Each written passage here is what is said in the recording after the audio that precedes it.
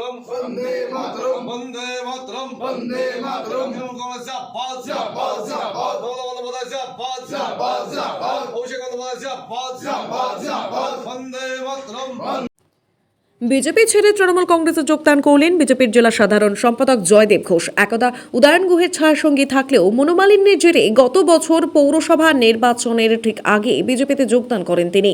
নিশীথ প্রামাণিকের হাত ধরে বিজেপির জেলা সাধারণ সম্পাদকের দায়িত্বও পান, কিন্তু লোকসভা ভোটের আগে আজ সন্ধ্যায় হঠাৎই কোচবিহার তৃণমূল কংগ্রেস ভবনে উদয়ন গুহর হাত ধরে তৃণমূলের জেলা সভাপতি অভিজিৎ দেব ভৌমিকের উপস্থিতিতে তৃণমূলের পতাকা হাতে নিলেন তিনি।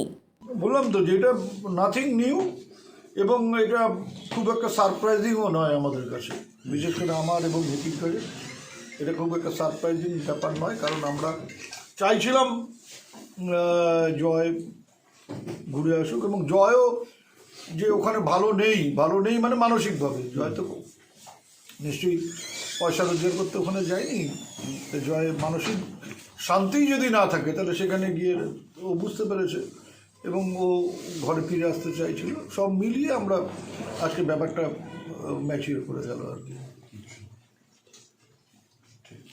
দলে ওই দলে তো উনি একটা পদে ছিলেন, এই দলে আসলেন, এই দলে কি নতুন কোনো পদ কিছু? আমি ধরে নিই জয় কোনো পদ পেল না, ধরে নিলাম কথার কথা।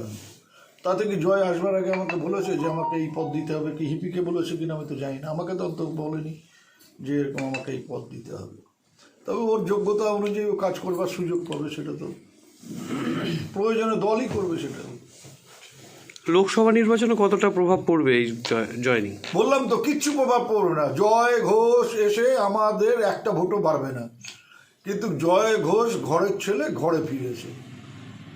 জয় ঘোষ যেমন করে তৃণমূল করেছে আগে, সেই একইভাবে তৃণমূল কংগ্রেস করবে এবং দল ওকে যে দায়িত্ব দেবে সেই দায়িত্ব পালন করবে বলে আমার বিশ্বাস।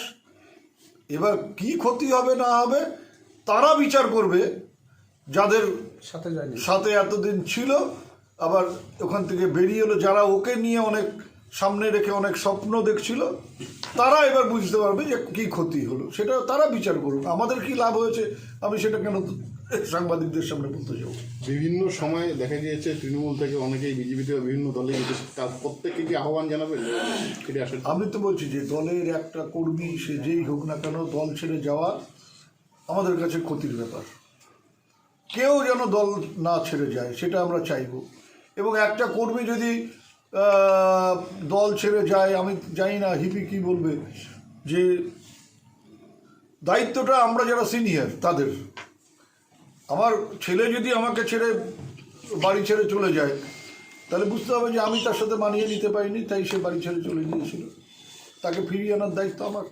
তার উত্তর আপনারা শুনলেন, মন্ত্রী মহোদয় নিজেই তার উত্তর দিলেন। তো আমি আজকে বিশেষ কিছু বলবো না, যা বলবার তিনি বলেছেন, আপনারা সবাই শুনেছেন। আমি দিনাটা ফিরে গিয়ে কর্মীদের সাথে কথা বলে তারপরে আপনাদের প্রশ্নের উত্তর দেব। কেন্দ্রীয় বাহিনীর যে নিরাপত্তা সেটা কি আপনি ছেড়ে দিচ্ছেন? অবশ্যই, সে তো বললেনই, মন্ত্রী মহোদয় তো বললেন, তো উনি যেভাবে বলবেন সেভাবে। আপনার উপরই কোনো চাপ বা কিছু সেরকম কিছু? তারা আমার কোনো চাপ নেই, আমার কোনো চাপও নেই, আর এসব নিয়ে আমি চিন্তাও করি না। আমার সঙ্গে কিছু পরিবারে হয়, পরিবারে বললেন উনি যে পরিবারের মধ্যে কিছু ভুল বোঝাবুঝি থাকে, সেগুলো মিটে গেছে এবং উনি আমাকে সেই বিষয়গুলো উনির সাথে আমার কথা হয়েছে এবং আমাদের জেলা সভাপতি বন্ধুবর অভিজিৎ দেব ভৌমিক তিনিও এই মাঝখানে এই আমাদের যে ভুল বোঝাবুঝি ছিল বা যেসব নিয়ে কথাবার্তা হচ্ছিল সেগুলোকে মেটাবার ক্ষেত্রে বিশেষ ভূমিকা পালন করেছেন এবং তাদের নির্দেশে এবং তাদের কথায় আমি দলের সাথে যুক্ত হলাম। আগামী দিন তাদের নির্দেশে আমি কাজ করব।